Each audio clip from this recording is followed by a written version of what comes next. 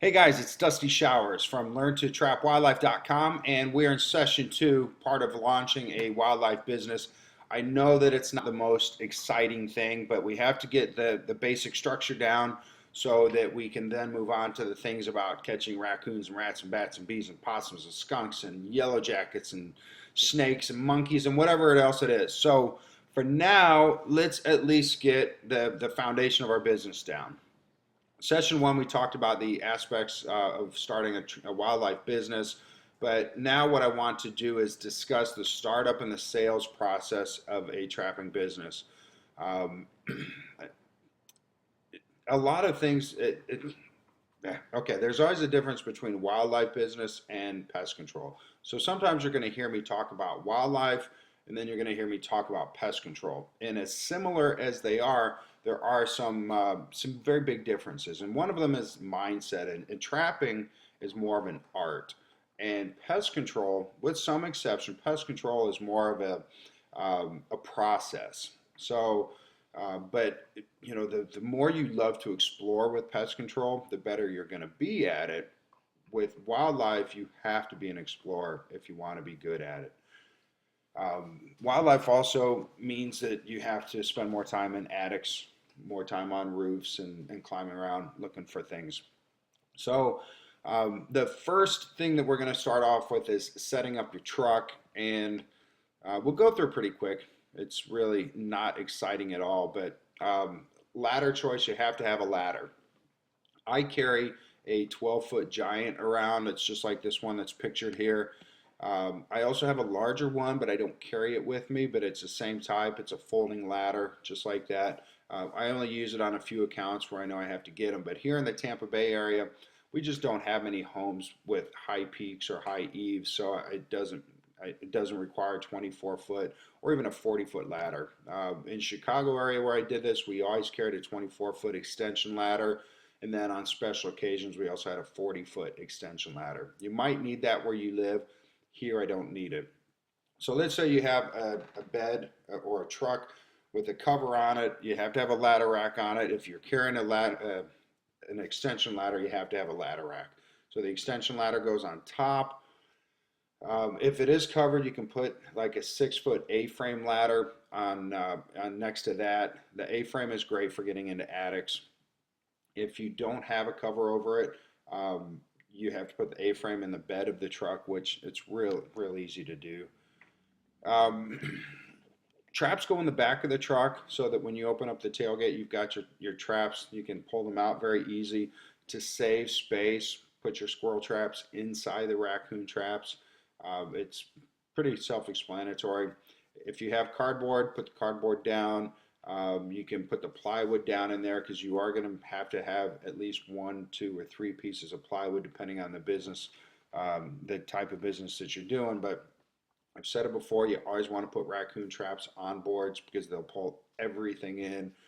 In other traps, and we'll get more into this, but other traps you're going to want to secure them on boards so that animals don't roll away in them or just dig up everything. Because a lot of times when an animal gets into a trap, especially a raccoon, they'll reach out and they'll not only try to pull things in, but it's not uncommon to catch a raccoon in one area and have that trap 50 feet away.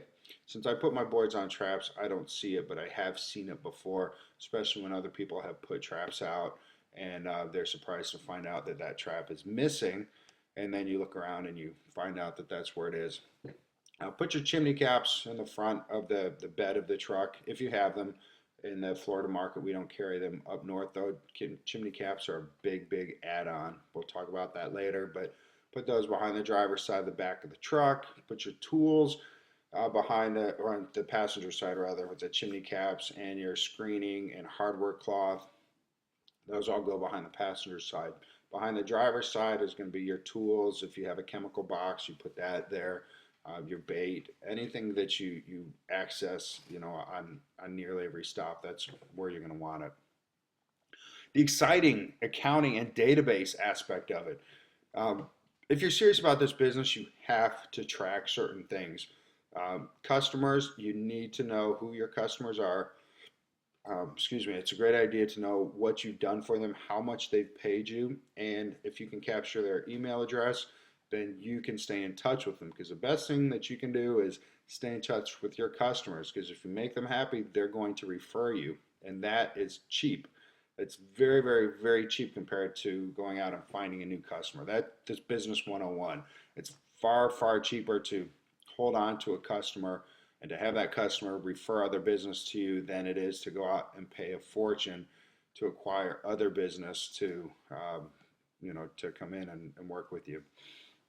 So I have used everything from PestPack, which is a massive pest control software program. I've used some others. I don't even remember what I've used. Up until recently, I was using QuickBooks. It's $40 a month, which maybe you say it's not too bad, but I didn't think that I was getting my money's worth for it. It certainly does everything that you need it to do, but I found this program called Invoice ASAP, and so far I love it. I work with an iPhone, so I use that on the go, and then somewhere along around here I've got my iPad also. So when I put the customer's name and information in it, and when I get out to their house, I do the work, fill out the invoice on the iPad, ask for their email address, they pay me money, and right there on the spot, I can email them the sales receipt. So that that does two things, actually three things that I really love. I always have the customer information on me when I'm out and about working. I have everything that I need, including their address, so I always know how to get there. I have their email address, so I can do any follow-up marketing to them. And then it's also paperless. So I'm not carrying a ton of paper around with me, and I'm not paying for a ton of paper. You'll find that one of those expenses that, at least for me, I don't like to spend money on is carbon copy receipts. So this way I can email it to them and it's clean. I still do carry some receipts with me, but that's essentially how I run everything. And I don't even carry the carbon copies anymore. I just carry a receipt. It's customized for creepy creatures, and if I have to write something out, I write it out. I take a picture, then I email it to me, and then I have it on file, which maybe be going one step too far, but I keep it in Evernote. So Evernote is a great program, and what I'm really trying to do is make sure that I make a copy of it in this program. So it's very, very seamless. Everything is with me, and now this is my favorite part. I love marketing. You have to tell the world now that you're a trapper. Believe it or not, people aren't just going to come knocking on your door because they hear you're a trapper, but you have to tell them.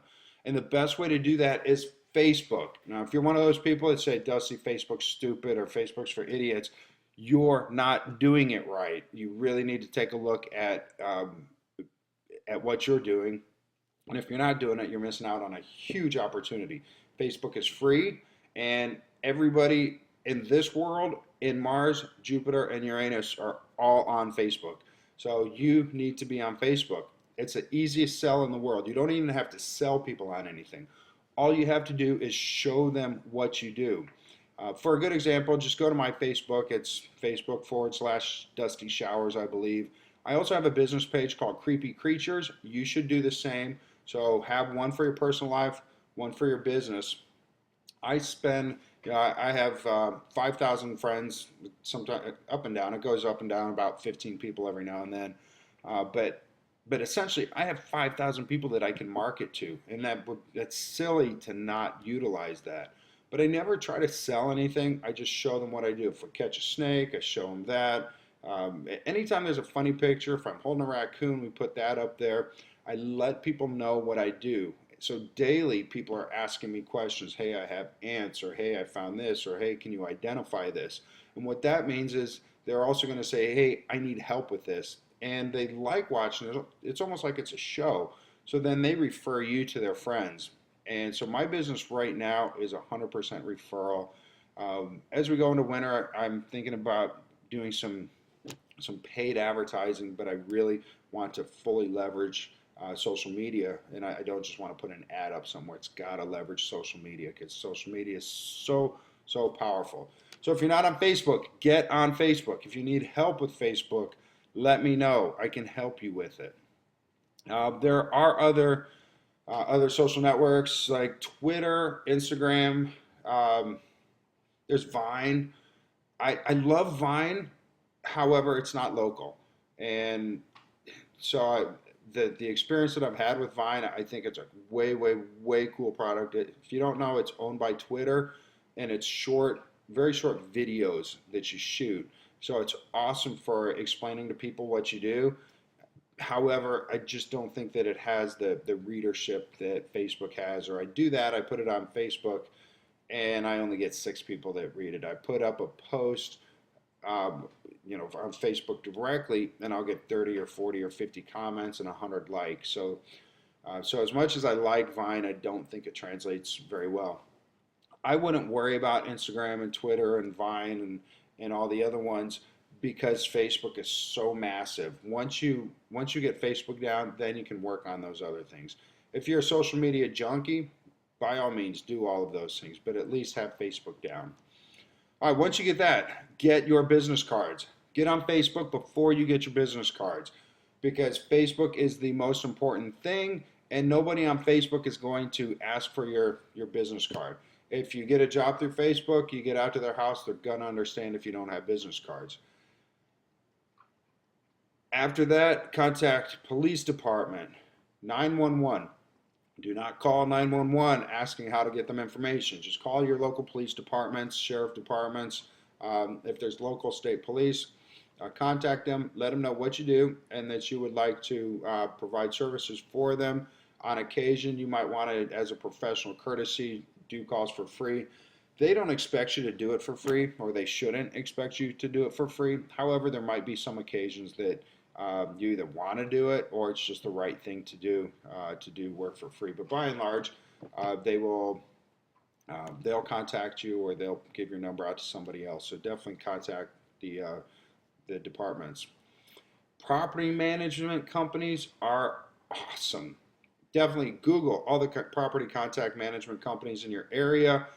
Send them information. Send them a personal note. Let them know who you are, what you're doing. Put a card in there and follow up with them. See if there's a person that you can, a point of contact in the office. And it's not a bad idea to just stop by and say hello. Let them know who you are, what you do, and give them some business cards. The downside of that, though, is you don't get paid right away when you work with management companies.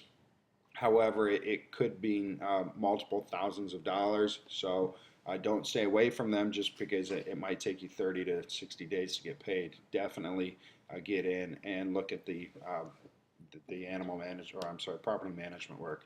Also, you should have a bottle of this. It is Accent Plus. It's a product that I developed. It's based on a raccoon scent, coyote scent, and a wolf scent. It's awesome. Animals do not like it. You put it in an attic, squirrels and raccoons get out of there. You put it in yards. Animals don't like it as well.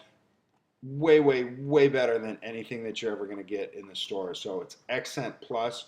You can get it at accentplus.com. That's accentplus.com.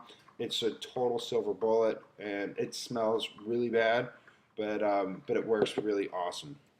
All right, so that's what we got. If you have any questions, do you have any comments, email me, dusty@dustyshowers.com, or text me, or do whatever you need to. I'd be happy to help you out in any way that I can. And thanks for joining me. I look forward to talking to you in the next session. Make it a great day.